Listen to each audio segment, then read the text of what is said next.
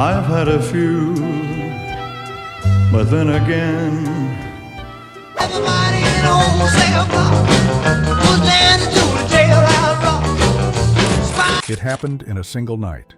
No warning, no whisper of what was coming. Phones rang across Memphis like gunshots echoing through the Graceland gates. Voices that had been with Elvis for years, some for decades, were told, in no uncertain terms, they were done. Fired. Cut off. No explanation. And then, just after midnight, Elvis Presley sat alone in his suite, the king of rock and roll. And he said 7 words that no one saw coming. Not his closest friends, not his doctor, not even the one woman he still trusted. What he said that night would mark the beginning of the end. Not just for his music, but for the myth of Elvis Presley himself. This is the story of the night Elvis snapped, and made the one decision that left even his inner circle in disbelief. But what really pushed him to do it? And what were those 7 words? Stick around. Because what you're about to hear might just change how you remember him. Forever. You're watching RetroWaves, where we uncover the untold stories behind the legends you thought you knew. If you're ready to dive deeper into the heartbreak, mystery, and music that defined an era, tap subscribe and stay with us till the final note. By 1973, Elvis Presley wasn't just a superstar, he was a prisoner, trapped inside the golden cage of his own fame, still selling out shows, still adored. But behind the curtain, he was unraveling. The drugs were there. So were the sleepless nights, the arguments, the paranoia.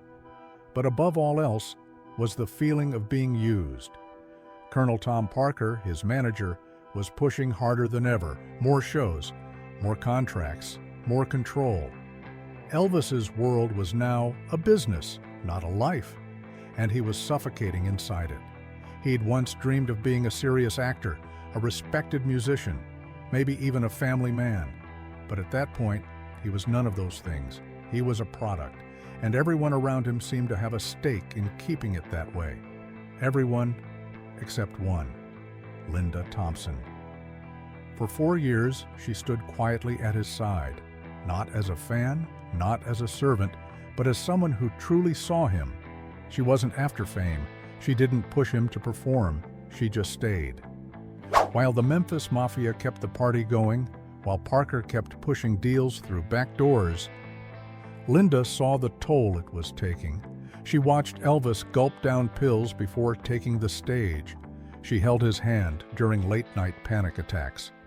And sometimes she listened, really listened, when he said things like, "I feel like everyone owns me but me." Those words would haunt her, because one night he did something about it. It started with a letter. At least, that's what the world saw. In July 1973, a man named Marty Lacker, one of Elvis's closest friends and a founding member of the infamous Memphis Mafia, received a formal termination notice. Not a phone call, not a conversation, just a letter. Then another went out, and another. Red West, Sonny West, David Hebler. Names that had protected Elvis, lived with him, worked beside him for years, all gone, just like that. But the firings weren't random, they were targeted. Anyone who questioned the drugs, anyone who dared to say no, anyone who Elvis thought might run to the press, was cut off. To some it looked like a man cleaning house, but to Linda Thompson it looked like something else. He wasn't angry, he was scared. He thought they'd betray him, and he wanted to shut it all down before they could. Colonel Tom Parker didn't stop him. Some say he encouraged it, because the fewer people around Elvis, the easier he was to control. Parker had long resented the Memphis Mafia's influence. They were loud, disloyal, prone to leaks. And worst of all, they made Elvis feel human, not a product. So when the firings began, the colonel didn't ask questions. He simply picked up the phone and started filling tour dates. To the outside world, Elvis was preparing for another comeback, but inside Graceland, The king was spiraling. That night, after the last call was made, Elvis sat in silence. The house was quieter than usual. No bodyguards talking in the halls. No laughter. No Linda even. Not yet. Just him and the weight of everything. The careers he'd ended. The loyalty he'd questioned. The memories he couldn't silence anymore. And then, according to Linda's later account, she came in and asked, "Why did you fire them all, Elvis?"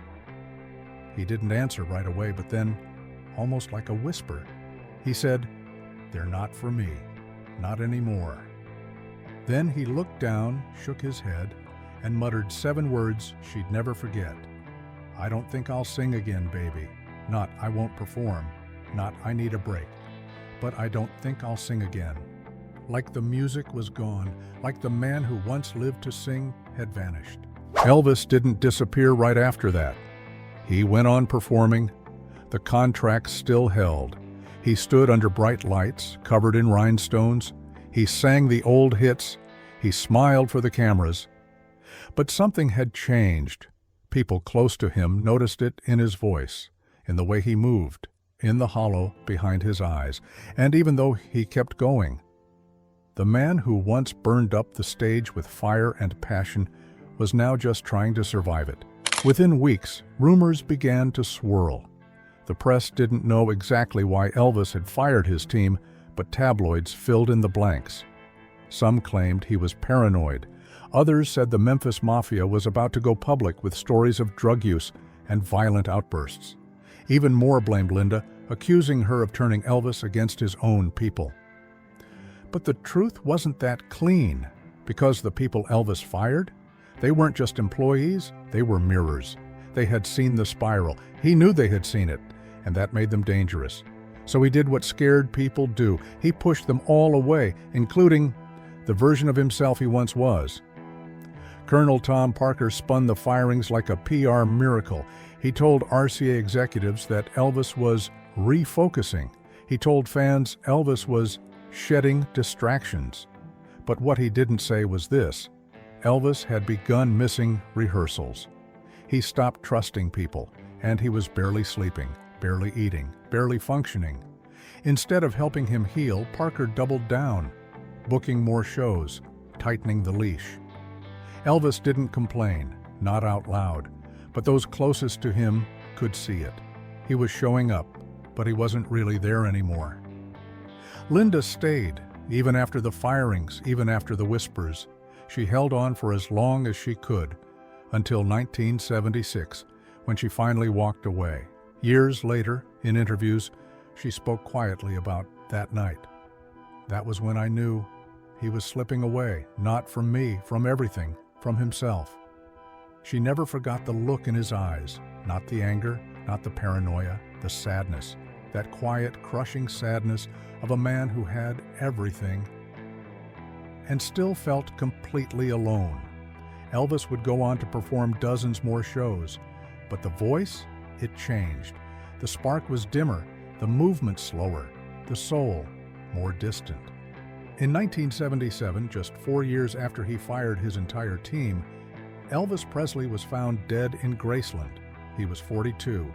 And when fans asked how something like this could happen, there were 1,000 theories. Drugs, heart disease, depression, fame. But maybe it started earlier. Maybe it started that night. The night the house fell silent. The night the phone calls went out. The night he told Linda, "I don't think I'll sing again, baby." Because when the music stopped in Elvis's heart, the rest was just a countdown. We remember Elvis for the voice, the hips, the glare, the crown. But behind all that was a man who just wanted to feel free. And for one brief, tragic night, he tried to take that freedom back, but it cost him everything. You're watching RetroWaves, where the music never fades and the truth always finds its way to the light. If this story moved you, leave a comment below, because sometimes even legends need someone to listen.